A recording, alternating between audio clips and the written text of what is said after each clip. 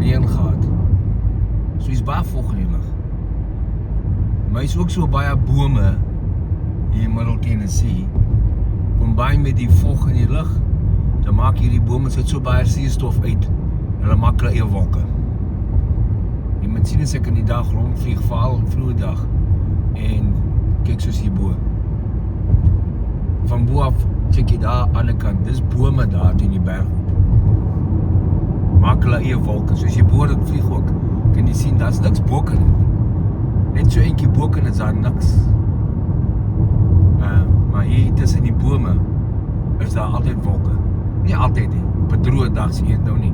Maar 'n dag wat dit bietjie meer vog in die lug is, wat dit combine met die ekstra suurstof wat uitkom, dan lyk dit nou so.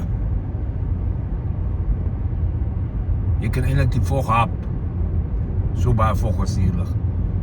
In Middle Tennessee. So humidity is altyd maar hoog hier in die somer. Veral met warm daar ook.